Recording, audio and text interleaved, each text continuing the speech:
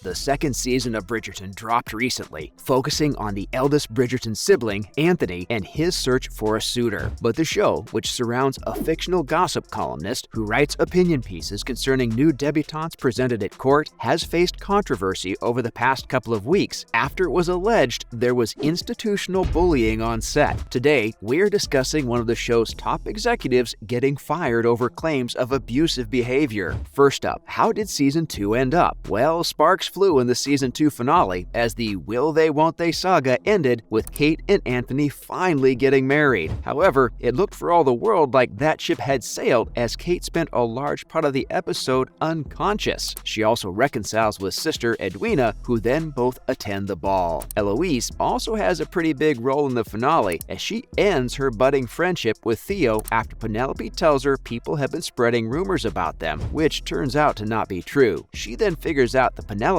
is actually Lady Whistledown after she reveals a piece of gossip about two guests at the ball, which brings us to said ball. Organized by Portia after she convinces Jack to host, the Bridgertons and Sharmas are all in attendance, but Jack's fraud is discovered before his plan to move to America ever gets off the ground. However, Portia later turns on him and sends him off on his merry way. Benedict then learns how he was admitted into the academy, and Penelope realizes that she will never be with Colin as she overhears him telling others that he would never court her. What did you guys make of the second, long-awaited season of Bridgerton? Let us know your thoughts below. Let's get straight into that bullying claim then. It was reported earlier this month that Netflix had laid down the law to Bridgerton bosses following reports of on-set harassment and bullying. The complaint concerned one crew member in particular, Dave Arrowsmith, whom it was claimed had acted poorly in his role for a prolonged period. Arrowsmith, who was also working on an upcoming spin-off show about another Bridgerton character, Queen Charlotte, was apparently also let go from that show too. It was reported that the production designer had crossed the line on numerous occasions, with other workers suggesting that he was involved in bullying on set. Netflix bosses were quick to act and forced the hands of Bridgerton execs, setting up a whistleblowing hotline for all members of cast and crew to report anything untoward. And apparently, Arrowsmith's name came up on more than one occasion. An anonymous source claimed that there have been several issues on set, and a few crew members expressed concerns about a number of different incidents. Arrowsmith was quickly relieved from his position, but it is thought that he is still in the employ of some pretty heavy industry hitters, including Channel 4 and Scottish broadcaster STV. He's also worked on shows such as Cold Feet and Netflix movie The Kissing Booth. It will be interesting to see if this is the last we hear of this issue, but it is more than likely we won't be hearing much of Dave Arrowsmith in the near future. What do you guys make of this? So, how was the second season received? Stay with us to find out. The second season dropped at the end of March and was instantly praised for including more diverse characters than the first season. Bridgerton Season 2 introduces the Sharma finally, who have recently moved to England from India, and whilst the tone isn't as full as on the first season, it still has a ton of romance. One of the criticisms that has been aimed in the direction of the second installment so far is the fact that it seems to have taken a turn away from the Julia Quinn novel. However, it offers the opportunity for more character development and more focus on the main couple, as well as the rest of Clan Bridgerton. However, some fans have mentioned how the second half of the season appears to lag at the point where it starts to depart from the novel, but there are definitely still good points about the season. But we're not going to spoil it for you, so don't worry. There is less of the hypersexual madness we saw in the first season, but that only serves to give our main characters a more wholesome twinge. However, once the show starts to move away from the books, fans of the Bridgerton couple, Anthony and Kate, have revealed their frustration. The visuals are stunning. However, as you might imagine, the budget for this one was thought to be around $7 million per episode, and it shows. But if you're expecting a carbon copy of the book, you're going to be disappointed. What do we know about the Queen Charlotte spinoff then? Well, so far, it is thought that the show will focus on the early years of the royal, played by Golda Rosheuvel. Exploring her early relationship with King George, we will also learn more about how the Tun was created, as well as the lives of Violet and Lady Danbury when they were young ladies. Netflix's head of global TV, Bella Bajaria, said of the upcoming show, many viewers had never known the story of Queen Charlotte before Bridgerton brought her to the world, and I'm thrilled this new series will further expand her story and the world of Bridgerton. Shonda and her team are thoughtfully building out the Bridgerton universe so they can keep delivering for the fans with the same quality and style they love. And by planning and prepping all the upcoming seasons now, we also hope to keep up a pace that will keep even the most insatiable viewers totally fulfilled.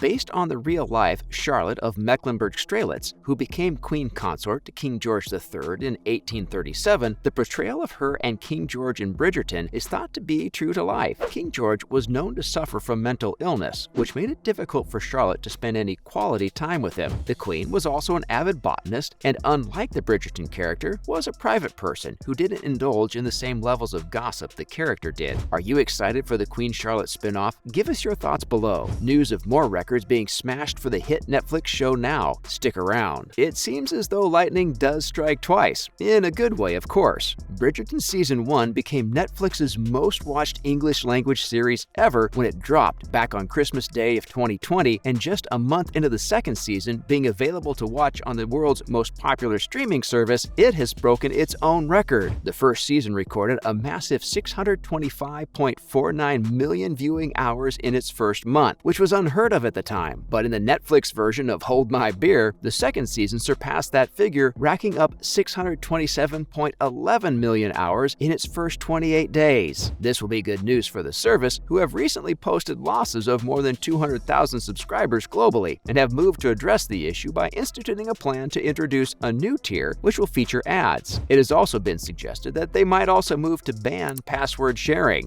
Good luck with that. Bridgerton actually surpassed its own previous record with a whopping 4 days to spare, which just goes to show how popular the series has become. Fans must have been eager to meet the woman tasked with harnessing the eldest Bridgerton sibling, Anthony. What have you guys made of the second season so far? Give us your thoughts below. And finally, news of more seasons of our favorite show. Dear readers, this author brings a most exciting announcement. Bridgerton has been given the go-ahead for a third and fourth season. It has been confirmed that Shonda Rhimes and the team behind the hit show have already started working on season 3, which will delight fans of the period drama. It is thought the third installment of the show will focus on Benedict Bridgerton and love interest Sophie Beckett. Lady Whistledown was also on hand last month to give us an idea of when it might drop, with Penelope Featherington actress Nicola Coughlan revealing that filming is set to begin this summer. Hooray! That probably means we will get the third season around a similar time next year, which is a pretty quick turnaround all things considered. And Netflix will more than likely want the third season rushed through as soon as possible, given the numbers the second season just racked up. As mentioned, we think the third season will probably be based on the third book, An Offer from a Gentleman, and will follow Bridgerton's brother, Benedict. It is thought an earl's daughter, known as Sophie, who harbors resentment for her stepmother, will be the main love interest, something akin to the Cinderella story. What do you want to see covered in the third season of Bridgerton? Let us know below. As always, thanks for tuning in today, and remember to join us next time for some more fun and games. Also, if you feel like doing us a solid, why not like and share today's video, whilst also subscribing to our channel so you don't miss out on any future content. Bye guys!